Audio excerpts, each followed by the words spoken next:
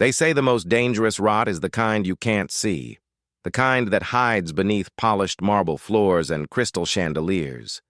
Ethan Cross had built a career on spotting hidden decay inside corporations, hostile boardrooms, and billion-dollar negotiations.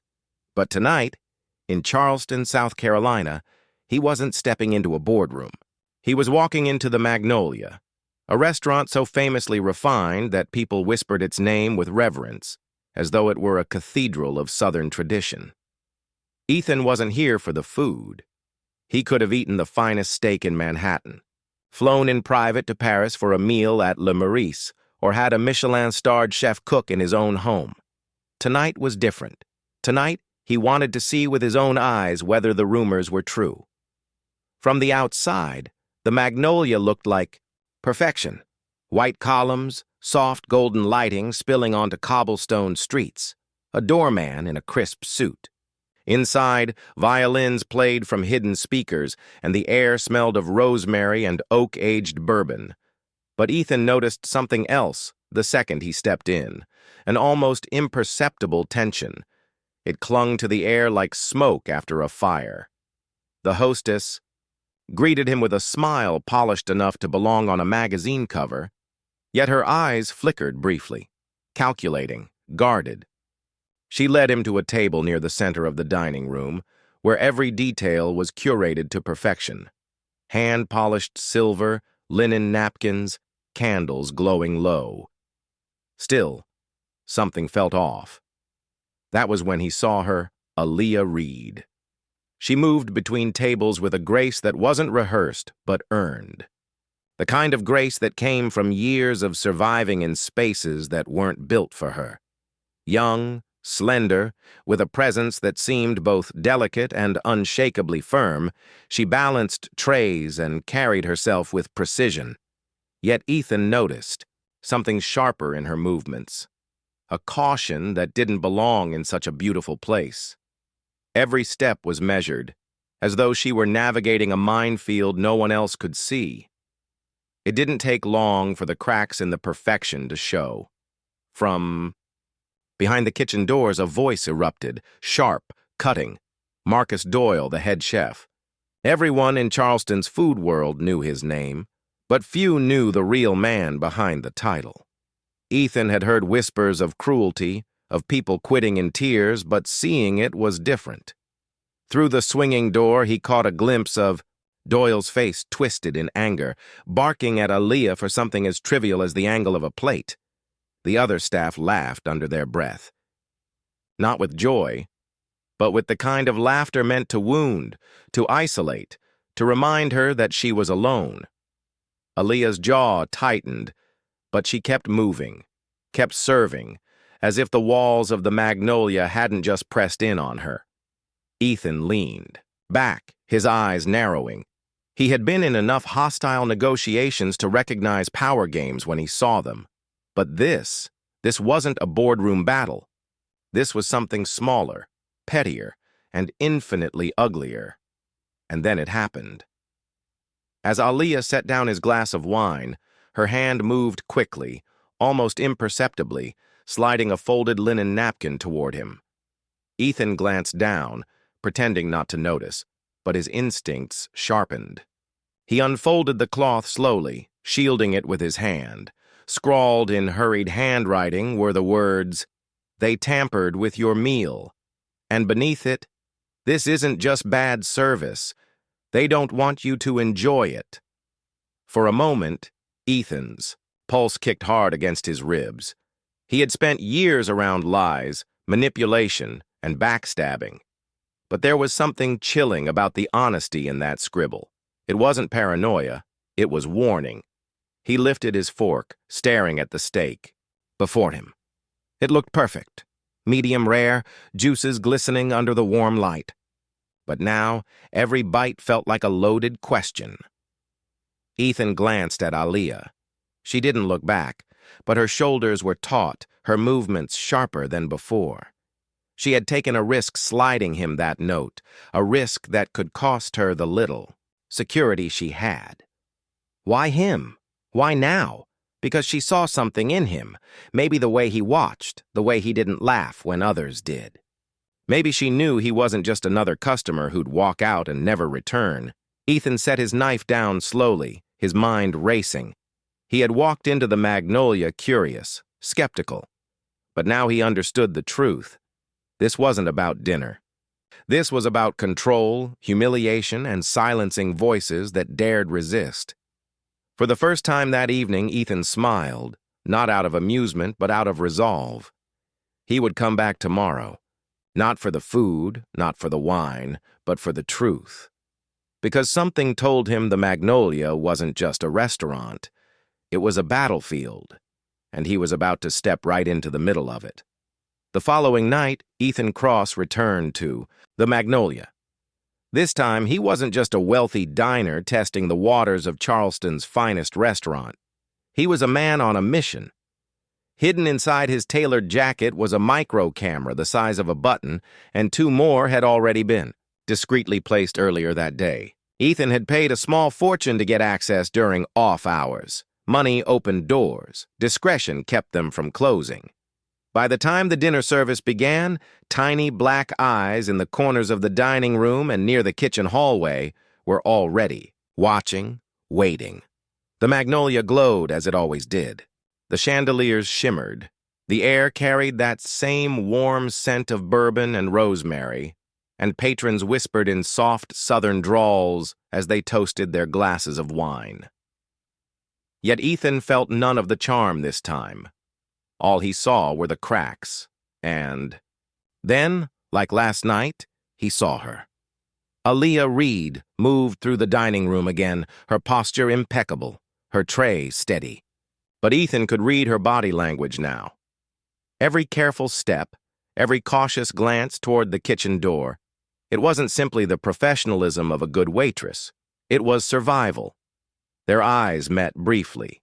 She didn't smile. Instead, there was a flicker, a silent warning that tonight would be no different from the last. He didn't have to wait long. The kitchen door swung open with a violent shove. Marcus Doyle's voice thundered across the clattering pans and sizzling grills. "Reed, you call this presentation? You think I serve garbage like this in my kitchen?" Ethan turned his head, pretending to examine the wine list, but the micro camera clipped to his collar was capturing everything. Through the open door, he saw Doyle hold up a perfectly fine plate of food and slam it onto the counter hard enough to make the sauce splatter. The staff chuckled, low and mean, not because it was funny, but because it was expected. Doyle was a tyrant, and tyrants drew sycophants. One sous chef muttered something Ethan couldn't hear, but it made the others laugh louder. Then Doyle leaned over the plate, hawked, and spat into the food before shoving it back toward Aaliyah. "Take it out there. Let's see if they notice." Ethan's jaw tightened. His hand curled into a fist beneath the table. He forced himself to remain still. His instinct was to intervene. But no. Tonight wasn't about anger. It was about evidence. Aaliyah's face barely moved. She picked up the plate with the same quiet grace she always carried. But Ethan saw it. Just for a moment. Her eyes dimmed. Her lips pressed together in the silence of someone who'd learned long ago that outbursts would only draw blood. The cruelty wasn't random. It was calculated. Every insult, every delay, every spoiled dish. It wasn't just about her job. It was about breaking her spirit. Ethan's cameras caught it all. The laughter, the sabotage, the complicity of the managers who pretended they didn't hear Doyle's rants, who turned their backs just as the worst abuses unfolded. And then, just like the night before, Aaliyah found her way near him. This time, it wasn't a napkin, but a look. One sharp, meaningful glance that cut through the noise of clinking glasses and polite conversation. Her eyes told him everything. You see it. You understand. Don't ignore it. Later, when the dining room thinned out and the bar lights dimmed, Ethan caught her in the narrow hallway behind the kitchen. It was quieter there, away from the polished smiles and curated charm of the front of house. Aaliyah's voice was low, steady. "They think no one's watching. They think I'll stay quiet." Her gaze locked onto his. "But you didn't look away. That's why I slipped you the note." Ethan didn't speak right away. For a man who lived by strategy, who had made and broken fortunes on his words, this moment was different. The weight in her tone wasn't just frustration, it was trust. He finally said, "You put a target on your back last night. You know what that means?" Aaliyah gave a small, almost imperceptible shrug. "There was already a target there. You just see it now." The silence that followed was thick, heavier than any boardroom he'd ever walked into.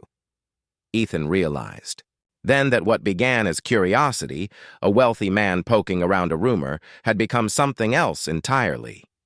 Responsibility. The cameras were recording. The notes he'd taken. The witnesses he could gather. It was all adding up. A story was forming, one that couldn't be ignored or spun away by the Magnolia's gleaming reputation. When he left that night, Ethan didn't leave as a customer. He left as a man carrying the burden of someone else's fight. The truth was on tape. The question was, what would the world do with it? For weeks, Ethan Cross had played a dangerous game. Hidden cameras rolled. Notes were written, collected, and coded. Conversations were logged late at night in his hotel room, each detail sharpened into a weapon. Every insult hurled at Aaliyah. Read every plate sabotaged, every smirk of complicity. It was all preserved, undeniable. And then the night came when shadows turned into confrontation. The Magnolia was at its most crowded. Wealthy couples in designer clothes filled the dining room, their laughter rising above the violin music. Waiters glided between tables carrying platters of bourbon-glazed lamb and scallops over truffle risotto. Everything looked perfect, at least to those who wanted to believe it was. But Ethan wasn't watching the food. He was watching the doors.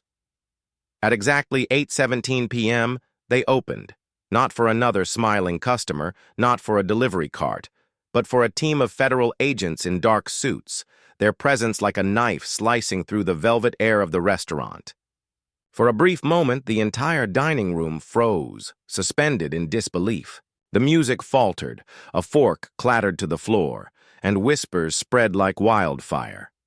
Ethan sat back in his chair, expression calm, as if he had known this moment was inevitable. The first to react was Marcus Doyle.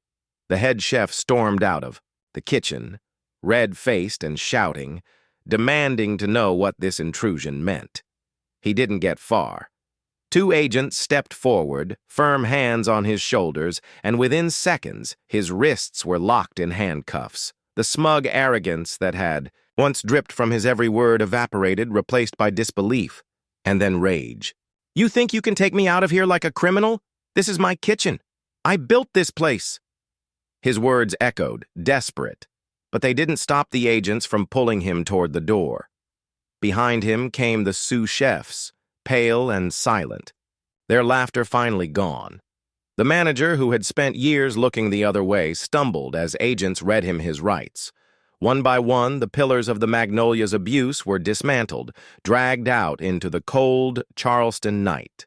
The dining room buzzed with shock. Some patrons muttered angrily, demanding explanations.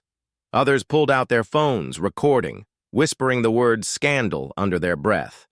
A few simply stared, shaken by the collapse of something they had always believed untouchable. Through it all, Aaliyah Reed stood by the edge of the room, her hands clasped in front of her apron, her posture straight. She didn't move. She didn't cry. She didn't celebrate. She simply stood, the quiet anchor in a storm of chaos. And though her face betrayed little, her eyes carried the calm of someone who had endured long enough to know what justice looked like. The evidence was overwhelming. Video footage of Doyle spitting in food, verbal tirades, sabotage caught on camera, written testimony, and Ethan's meticulous records. The very walls of the Magnolia had turned against its abusers. There was no room for denial, no PR spin clever enough to erase the truth. Later, as the last agents left and the restaurant sat in stunned silence, Ethan walked toward Aaliyah. He stopped a few feet away, lowering his voice so only she could. "Here. This isn't just about punishment," he said.